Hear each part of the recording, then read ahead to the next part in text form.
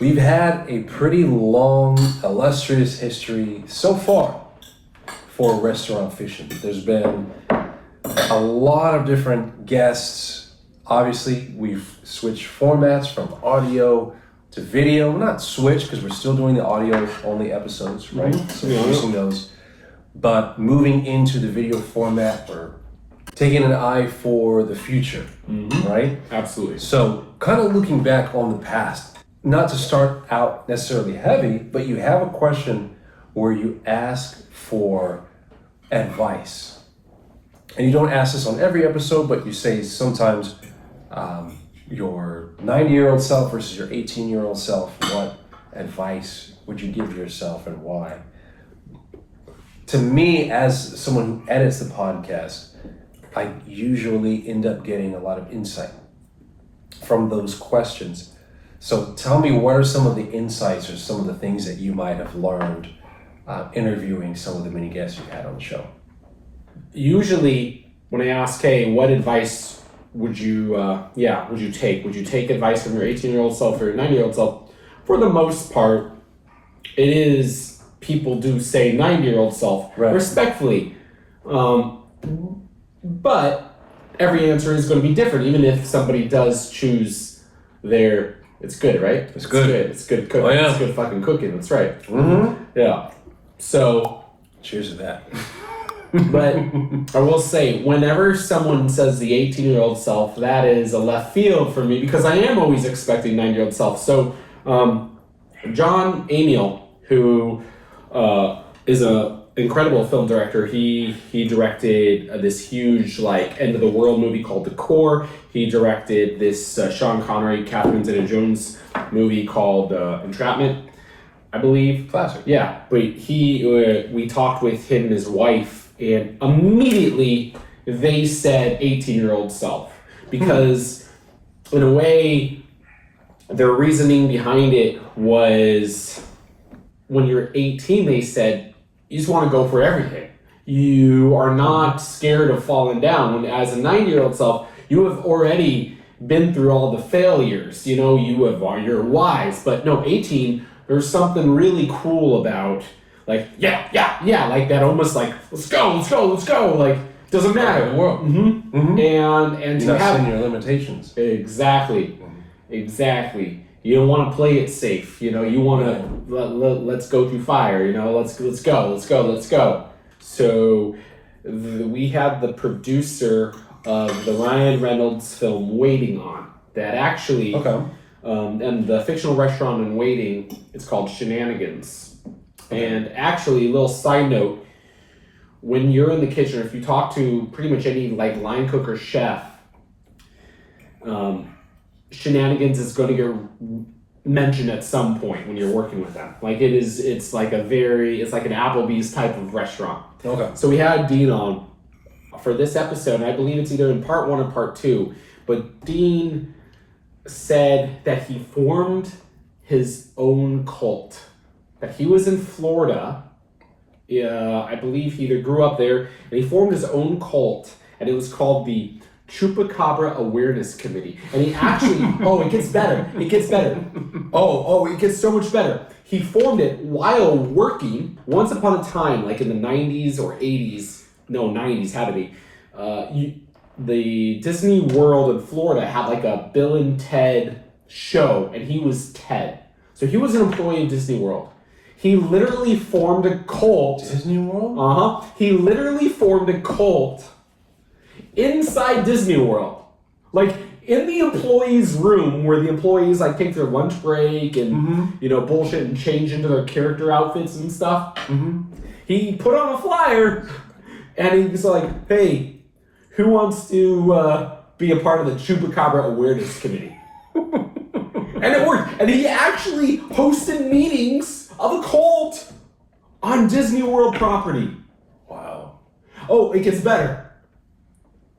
It got so serious that a CIA agent actually came to witness one of their meetings to make sure that they were not, terrorism, that they were not, this was not, and Dean was like, dude, this was a joke. Like, this is a joke. We're like, this is just like an excuse to get drunk. Like, we're just, no one, you really think people really are serious about a bat, rat, vampire, roach, rodent from Mexico? Like, what the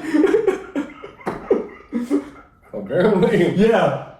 So anyway, that was, I love answers like that. You know, I so love answers like that. You know, I mean, I know I always am wondering, like, if restaurant fiction's ever a thing, because, you know, we're growing and we're continuing to grow. Mm-hmm. And I remember, actually, our first ever episode, we did the fictional bar from Martin called Nipsey's. Oh, yeah. Yeah. I remember. And I remember I was editing the episode. I was actually editing before. Had amazing editing like you. I was doing the average at best editing myself. Mm-hmm. And I was on a flight doing the editing, and a man was just like, "What you doing?" I'm like, "I'm just editing an episode." And he's like, "Well, what about?" And I pitched him the podcast. I was like, "Okay, that's interesting. So which fictional bar?" And I go, "Hey, I'm doing Nipsey's." He's like, "What? No one does Nipsey. Like what?" Like, so he knew about Martin. He knew about Nipsey's. He knew like, and I guess there I just knew I had something. I mean, even if it was so niche that I was talking such a niche thing, but people get it. You know, people get it. So what are these opportunities, these great stories that you've heard just from, and I'm not talking about the stories on the screen, but I'm talking about the stories of the people that you've interviewed. What are some of the takeaways that you've had just on, life in general? We had an incredible guest, and I believe his name is Jay Jackson Rao. And he does an incredibly popular podcast called Black on Black Cinema. Okay. And we had him on, and like everyone else, we always ask, what fictional restaurant, bar, and club do you want to talk about? And he goes, like clockwork. He said, Monk's Diner from Seinfeld. And I was like, cool. But also in the back of my mind, I mean, it seemed that it was off his brand, because he does an incredibly popular podcast called Black on Black Cinema. Right. So that's like the opposite. Right. Yeah. I mean, I don't mean, but no offense, but like, Seinfeld is about Upper West Side Jewish Americans. Mm-hmm. Not a black person in sight. No, not a black person in sight. And I love Seinfeld. Right. Like, it's not as. But I don't know if they had any main characters that were black. Exactly. Mm-hmm. So I mean, it's not me to argue. Like, no, the guests can do what they want. If obviously this is important to him somehow, but you're right. I did assume we were going to talk about something that would have connected to Black on Black cinema. Right. Do you see what I'm saying? Good Times or Fresh Prince. Right, exactly. Right. Yeah. And he wanted to talk about Monk's Diner. So that's it. And I did ask. I didn't flat out say it. I said it in a little more politically correct way, but I'm like, why? What resonated with you? He's like, Monis, like, this is real. Every single day, my boys and I, like, we're going to the diner, and are we talking about, like, serious ideas or growth or, no, we're talking about nothing. Like, we're not even talking about the game. We're not even talking about traffic. We're literally, like, the whole, and that represented us, like, even to this day, Monis, like, we're literally going to our favorite restaurant. We're going to our favorite little cheap place. Mm-hmm. And what's the conversation? And it's an amazing conversation. And yet, what do we talk about? Absolutely nothing. Is anything important? Does anything move our own life story forward? No, not at all. And that's why Seinfeld resonated with me. And I was like, there you go. That's beautiful. That's awesome. Yeah. But I will say, like, one day I hope to have Spike Lee on Restaurant Fiction, because I want to talk about, because yes, I want to go there, and I want to talk about Sal's Pizzeria from Do the Right Thing. Yeah. Okay, that is a prominent That is the prominent fictional restaurant in that entire movie. Like the entire movie.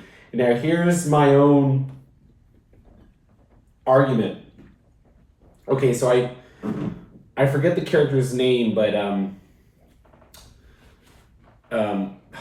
I forget the actor's name, but anyway, the not Spike Lee, but Giancarlo. that's it. Yeah. Okay, thank you. He was on a giant billboard. He was. Yeah, he's huge now. He's A-list as they come, right? Mm-hmm. He's an amazing actor. Incredible. But anyway, one of his opening lines, I believe, to Sal was he looks at the wall in Sal's pizzeria, and he's like, "You don't have any like."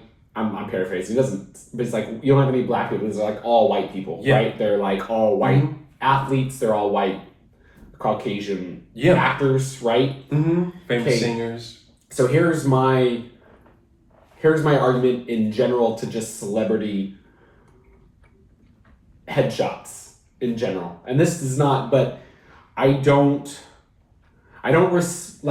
that does nothing to me when I see a celebrity headshot in any restaurant. No disrespect to that celebrity. It's like, okay, you put an athlete, like yes, they're great at sports, but and like say you have Michael Jordan, like a headshot, right? Oh, it's like Michael Jordan, like best basketball player to ever live. Arguably, like fine, you want to argue? Let's go. Like let's go all day. He's the best. Like he's the best. But if you say, hey, does Michael Jordan really know food? I'm going to argue with that. I'm going to really, really argue with that. Like, does he know food like me? No, not at all. It's not his arena. Right, not his arena. Oh, okay, you're going to have this actor? Okay, are they an Oscar-winning actor? Of course. Are they going to do, like, the best performance ever? Okay. Yes, if I give them a script, like, can they out-act me any day, any time of the entire fucking year? Yes. But when it comes to food, picking a restaurant, knowing what to eat, how to review it, do I trust them when it comes to food? No. Now that you said that, I probably won't look at people's pictures on the diners. I don't mean to like ruin, I'm sorry, I don't mean, but yeah. But I saw one so Kevin Smith was in a cheesesteak restaurant that's in Burbank. I'm trying to remember the name of it, but I probably won't. Because I was just there like twice. I think it's called like Tony's or something like that. But it's a cheesesteak restaurant. And I don't know if Kevin Smith is from Philly or not. I thought he was a New York guy. Jersey. He's from Jersey. He's Jersey, yeah. All right, so New York, New Jersey. He's in that area. But I figured if there is a celebrity that probably knows cheesesteaks that's not from Philadelphia, like, Sylvester Stallone or Questlove, shout out to Questlove, like, he seems like the kind of guy that would know what a good cheesesteak tastes like. Disagree. Would not trust him in a heartbeat. I would not trust. First of all, he's a vegan now. I believe he's a vegan. Yeah. Okay. So, and also when he wasn't, and this is in the early days, I used to listen, but he would see, like, he doesn't specialize in any kind of, I still wouldn't take him for credibility when it comes to food. I would take him for credibility. He is one of our best storytellers of our time, Uh-huh. He found his place in the Gen X generation, and he really just hit on the heartbeat of that. And in terms of paving his own path, I'll get him in like independent filmmaking. I will trust him. I will trust him in doing an incredible storytelling. I'll even trust him in comic book culture. Like, he knows Star Wars more than anyone. I feel like he's always like the unofficial mayor of Comic-Cons. But yeah, when it comes to food, don't trust him at all. Don't trust, Movies is a different thing. Horror is a different thing, yeah. Mm-hmm. Exactly. Now I will say though, like Questlove, I will trust. I believe he has a cookbook out, he has a cookbook out. He does cooking. Food is in his repertoire. Like, it is a big. I would even love to have him on Restaurant Fiction because food is such a rich part of his own storytelling and his creativity as a musician, as a documentarian, etc., etc. Yeah. Yeah, absolutely. Yeah. So we're putting it out there in the universe. Putting it out there. That's right. Questlove. Yeah. Questlove, absolutely. Spike Lee. Spike Lee. Kevin Smith, even though, and you could come on and argue if you can battle and really know cheese sticks. Yeah. Mm-hmm. Maybe they have like a dope vegan Maybe. steak. Exactly. Nowadays. I don't know. Impossible meat. It's really coming up nowadays. So they keep refining their recipes. So you never know. Oh, that's a whole other argument. Let's not go there. You won't go there.